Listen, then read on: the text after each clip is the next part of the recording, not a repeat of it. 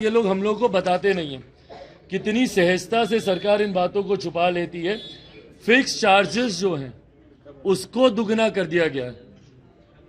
ये किसी भी प्रेस रिलीज में या कहीं पे भी अगर ये लोग प्रेस वार्ता करेंगे उसमें कोई ये बात नहीं बताएगा कि कितनी सरलता से चुपके से इन लोगों ने फिक्स चार्जेस को डबल कर दिया। फिक्स चार्जेस अब दुगना कर दिए गए हैं, जो कि उपभोक्ताओं को समझाया नहीं जा रहा है। प्रेस ब्रीफिंग से भी इस बात को पूरी तरीके से इसको गायब कर दिया गया। इसका एक बड़ा असर तो मासिक खर्चे पर उपभोक्ताओं के ऊपर पड़ेगा ही पड़ेगा। बिजली का बिल इसकी वजह से कितना बड़ा होगा। और ये यूनिट्स देखिए, यहां पे इन लोगों ने दिया गया कि जीरो से 50 यूनिट्स तक जो 6 रुपया 1 पैसे था वो 7.57 हो गया। और जो 20 रुपया जो पर मंथ जो फिक्स था, जो पर डे जो उनका फिक्स था 20 रुपया, वो 40 रुपया हो गया। जो 40 रुपया था वो 80 रुपया हो गया। भाई ये फिक्स चार्जेस डबल होने का मतलब आप समझ रहे हैं कितना भारी बोझ प्रतिदिन का ये पड़ रहा है उपभोक्ताओं के ऊपर। पर इसके बारे में बिहार सरकार को कोई फर्क नहीं पड़ता।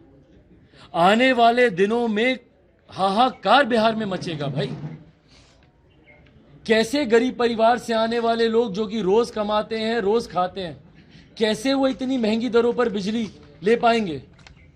पर उसके बारे में किसी को चिंता ही नहीं है, उसके बारे में कोई बात करने को तैयार नहीं है। उसी तरीके से उद्योग, ये जितने उद्योग यहां पे लगे हुए हैं, औद्योगिक इकाइयों पर इसका असर 35 से 55%। बिहार के बगल के राज्य, खासतौर पर दामोदर वैली वगैरह में के एरिया में जितने उद्योग हैं उनके आगे हमारी औद्योगिक इकाई बेबस हो जाएंगी और उद्योग का पलायन अब यहां से शुरू हो जाएगा। उद्योग का आप देख लीजिए इंक्रीज, बाकी सारी जगह जितने भी यूनिट्स है, कहीं पे 51%, कहीं पे 40%, 36%, टू एन एक्सटेंट 52% तक का इंक्रीज हो रहा है। भाई कैसे सस्टेन कर पाएंगे कोई भी उद्योग यहां पर। और अफसोस की बात यह है कि इन तमाम बातों पर सरकार ध्यान देने को ही तैयार नहीं है। और ये जितनी इनकी कंपनियां हैं, उन लोगों ने कितनी आसानी से इन लोगों ने रास्ता ढूंढ लिया बिना इस पे वर्कआउट किए हुए। मैं चाहूंगा कि आप लोग मेरे इस पूरे पत्र को पुनः आप लोग भी पढ़िएगा। इसमें पूरा हम लोगों ने कि भाई आप क्यों नहीं जो इनके जो अलाउड बीईआरसी की तरफ से जो अलाउड ट्रांसमिशन लॉस है वो 15% का है। अगर ये लोग एक प्रोजेक्टेड बैलेंस शीट अगर ये लोग तैयार करते, जहां पे एक एग्जाम्पल के तौर पर उड़ीसा का हम लोगों ने एग्जाम्पल दिया, जहां पे कम दरों पर बिजली खरीदी जाती है 2 रुपए 40 पैसे, उसका उदाहरण लेते, उसके बाद अलाउड ट्रांसमिशन लॉस उसमें ये लोग दिखाते, 40% जो इनका हो रहा है उसको घटाने का प्रयास करते और जो कि बीईआरसी की तरफ से रिकमेंडेड 15% है उसी को अगर ये इसमें जोड़ते एंड प्लस इनके एटीएनसी के जितने भी लॉसेस हैं उसकी 100% रिकवरी दिखाते, तो यकीनन आने वाले दिनों में बिहार में बिजली के दाम कम हो सकते हैं और हो जाते अगर इस दिशा में अगर काम किया जाता। पर इस दिशा में काम करना, मेहनत करना, इस दिशा में काम करना, बुद्धि विवेक का इस्तेमाल करना, और सबसे बड़ी बात इस दिशा में काम करना भ्रष्टाचार को पूरी तरीके से समाप्त करना, जो मुख्यमंत्री के अधिकारी नहीं कर सकते हैं।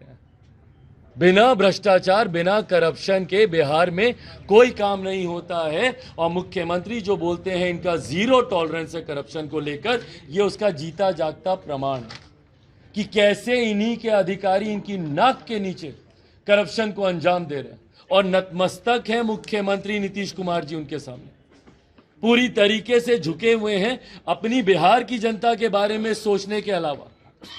भाई इनकी चिंता इन अधिकारियों की नहीं होनी चाहिए थी, कंपनियों की नहीं होनी चाहिए थी। कंपनियों को निर्देशित करते कि भैया कैसे आप अपने लॉसेस कम कर रहे हैं, आप उस पर हमको प्रोजेक्ट रिपोर्ट तैयार करके दीजिए, बशर्ते इस बात का निर्देश देना कि हाँ 24% बिजली के बिल में बढ़ोतरी कर दो। ये लॉसेस तो इनके इसी तरीके से बढ़ते जाएंगे। आज 24% किया है, कल 24% और करेंगे।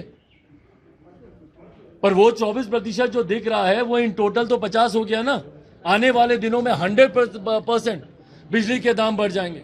दुगुना देखते देखते ही बिजली के दाम हो जाएंगे, वो दिन भी दूर नहीं है। साथ ही में इनके बजट में सुन लीजिए भाई, कैसे ये लोग बजट में ये लोग धांधली करते हैं। सरकार के यहाँ विशेषज्ञ, शिशु रोग विशेषज्ञ, जनरल फिजिशियन, सर्जन द्वारा इनसे संबंधित बीमारी के लिए डॉक्टर से निःशुल्क परामर्श दिया जाएगा। अतः आपसे अनुरोध है।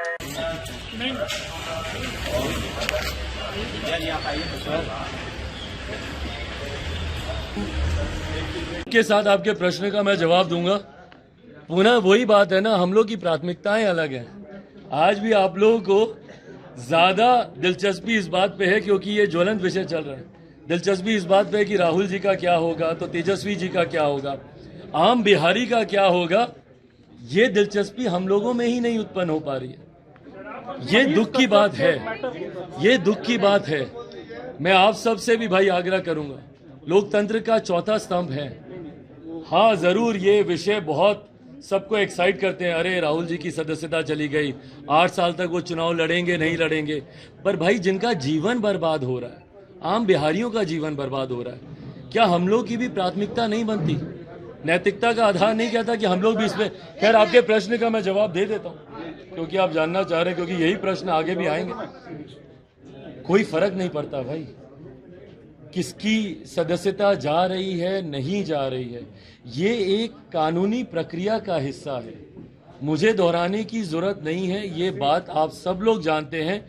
एक जांच हुई, न्यायालय की तरफ से ये वर्डिक्ट आया और ये प्रावधान कानून में ही बनाए गए हैं और इस प्रावधानों को बदलने का प्रयास यूपीए की सरकार ने किया था, जिसको स्वयं राहुल जी ने ही खारिज किया था।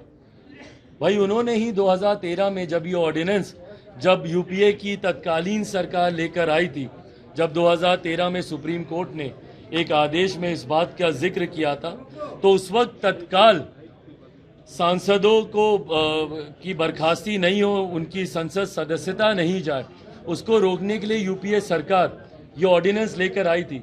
पर इस अध्यादेश को राहुल जी ने स्वयं अपने हाथों से फाड़ने का उन्होंने काम किया था।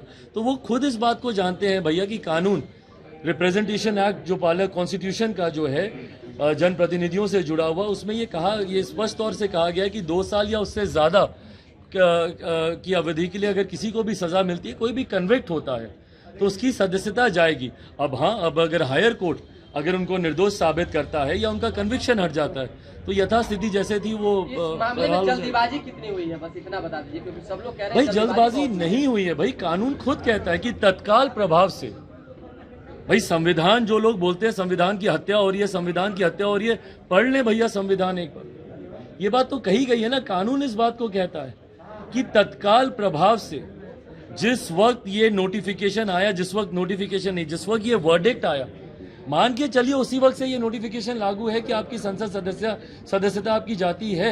ये तो बात आज से नहीं, ये तो लंबे समय से। कोई राहुल जी भाई पहले व्यक्ति थोड़ी हैं जिनके ऊपर ये कार्रवाई हुई है। अब नाम गिनाने की जरूरत नहीं है, पर अपने प्रदेश के भी कई ऐसे नेता हैं जिनके ऊपर पूर्व में भी ये कार्रवाई ऐसे ही हुई है। ज्यादा धीरे धीरे तो ये इम्पॉसिबल टाइम में ये बदल जाएगा भाई। आज की तारीख में जितना माइग्रेशन बिहार से हो रहा है, जितना ब्रेन ड्रेन बिहार से हो रहा है, भाई यही उद्यमी बिहार में रहकर जो युवा कुछ नहीं कर पाता, वो दूसरे राज्यों में जाकर उद्योग लगाकर 150 वहां के लोगों को हायर कर उनको रोजगार देने के काबिल बन जाता है। ये सुविधा हमें हमारे प्रदेश में क्यों नहीं मिलती? उसके कारण ही यही है भैया। कोई भी उद्योग यहाँ पर आएगा या कोई भी इन्वेस्टर, पहली बात तो आप इन्वेस्टर्स को इन्वाइट ही नहीं करते।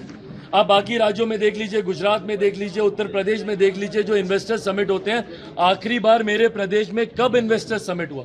कब मेरे मुख्यमंत्री ने इन्वेस्टर्स को बुलाया हो, निवेशकों को बुलाया हो और बुलाकर कहा हो कि भैया हम आपको ईज ऑफ बिजनेस देंगे, हम आपको सिंगल विंडो क्लियरेंसेस देंगे।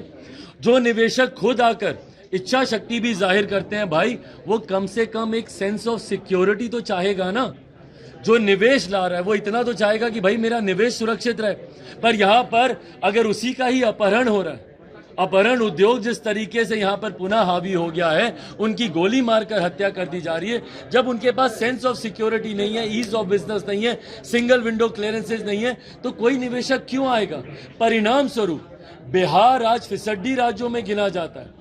पहले राज्य पे, पहले पायदान पे कब पहुंचता है? जब अपराध की बात होती है, जब महंगी बिजली खरीदने की बात होती है, तो पहले पायदान पर चला जाता है। पर वहीं जब विकास की बात होती है, डेवलपमेंटल पैरामीटर्स की बात होती है, वो शिक्षा हो, इंफ्रास्ट्रक्चर हो, सब रोजगार की बात हो, पिछले पायदान पर चला जाता है। नीति आयोग की रिपोर्ट साल हम बोल रहे हैं, पढ़ने की जरूरत है हम लोगों को।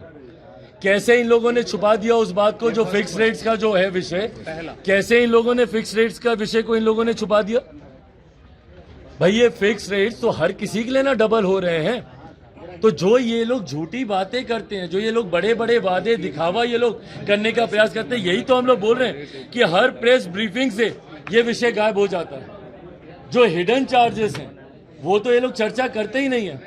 और भाई हाथ कंगन को आरसी क्या, आने वाले दिनों में हर घर से बिजली के बिल सामने आ जाएंगे, पता चल जाएगा।